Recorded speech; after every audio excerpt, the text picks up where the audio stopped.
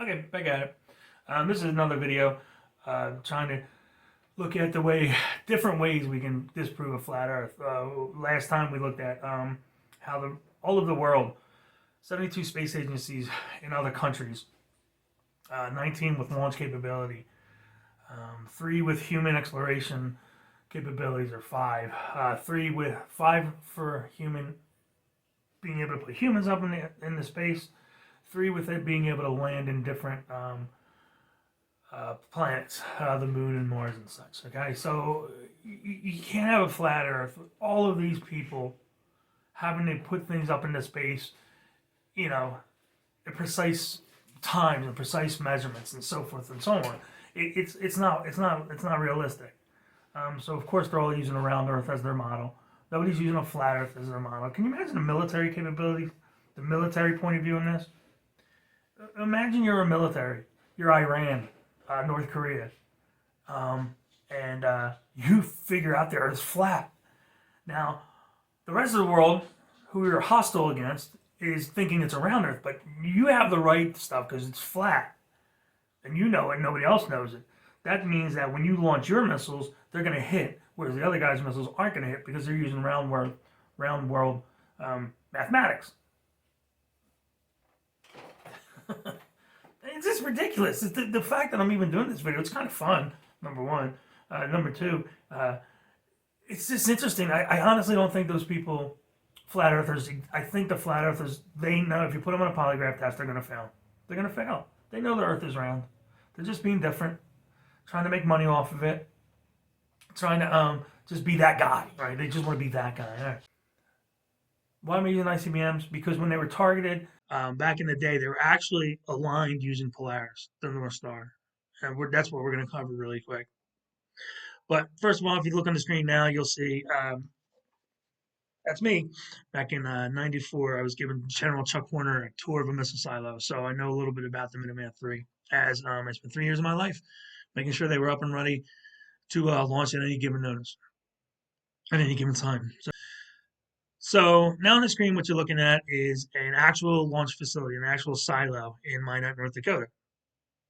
Okay, this is the launch covering. This goes this way, and we'll go over that later. It doesn't matter. We're probably not going over it. That's not the point. So the missile is sitting there right now as we speak. There's a missile in that silo. Okay, as a matter of fact, if we look at Wiki, we can see how many ICBMs are still active in America. Okay, let me explain this really quick. So each one of the first ones is an LCI for LCC. I don't know what they call them anymore. Launch Control Facility, Launch Control Center. So this one is actually this one here. Here it is. The cool thing about the way that the Air Force set this up is that for each launch control facility has a flight of 10, but can control the other 40 in its wing. So this Fox 1 can control any of the Gulf, any of the India, any of the Hotel, any of the Juliet missiles. And that's how they actually are cross-gridded so that everybody can maintain control. So anyway, so this launch control facility can see any one of these. Now, do you think the Air Force is going to use flat Earth math to make sure that when they have to send one of these up, it goes across the North Pole and it hits Russia or whomever? That math is not dead balls on? No, of course it is. Of course it is. Because they're using round Earth models.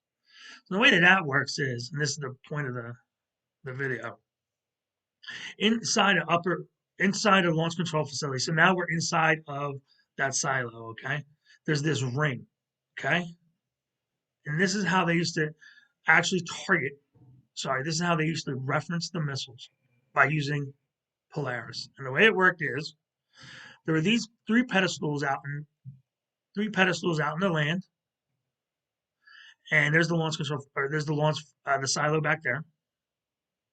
And an airman would actually use a theater light. He would actually look up at the stars using his alignment tool here. And what would happen is they would shine a light down in through the Polaris tube. This is called the Polaris sight tube. And it would shine the light at that ring, and then they would know where they are in reference to the world, the globe, okay? And that's how they used to target uh, ICBM threes, all of them. Now, currently, this is all that's left of ICBM Minuteman threes in America. When I was in, I believe the number was well, we had 150 in Minot alone, and there were 4 other sites, including FE Warren, which had peacekeepers.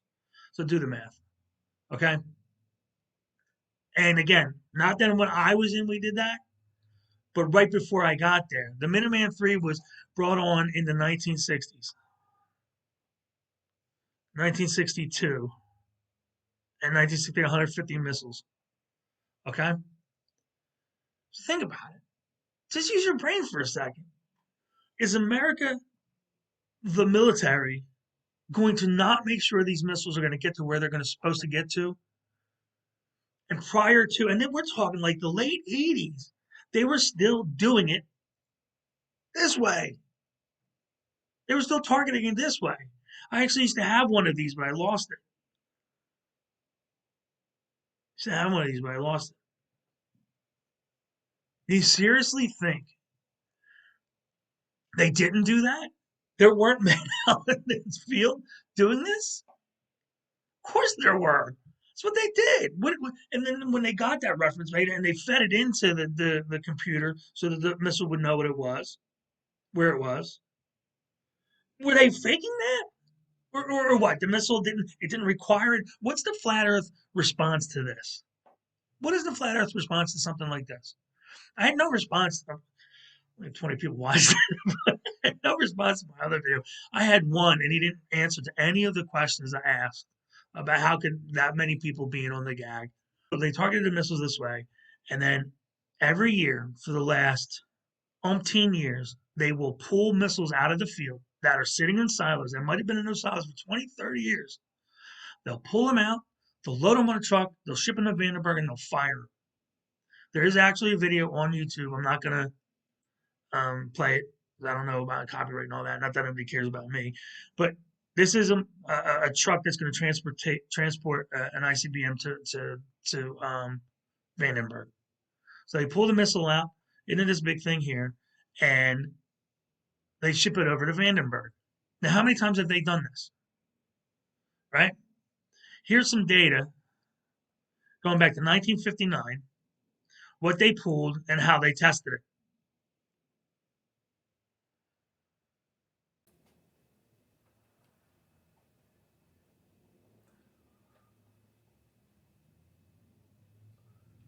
Every one of these is fake. Flat Earth. I'm getting a little dramatic. The last one, believe it or not, that is on this list is October 20th, 2020. But the good news, they just launched one. Oh, by the way, this is, I'll leave this link in there. That's all of them up till 2020. I had the Vandenberg ones, but this only goes up to 2013. And if you cross-reference this list with this list, they're correct.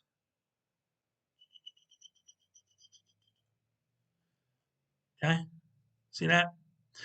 Now, there's all right, so the funny thing is that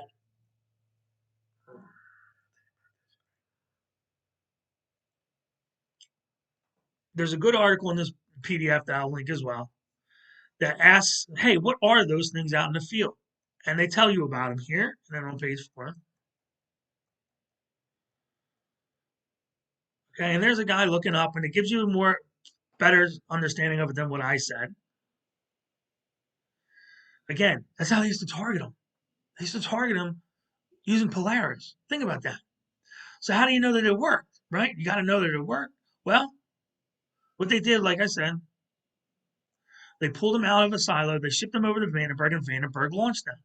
And it just so happens that once they pulled the missile out of the silo and transported it to the Vandenberg, they actually launched them, right? Here's the latest test. All media, it's media release, so this is not anything we can't see.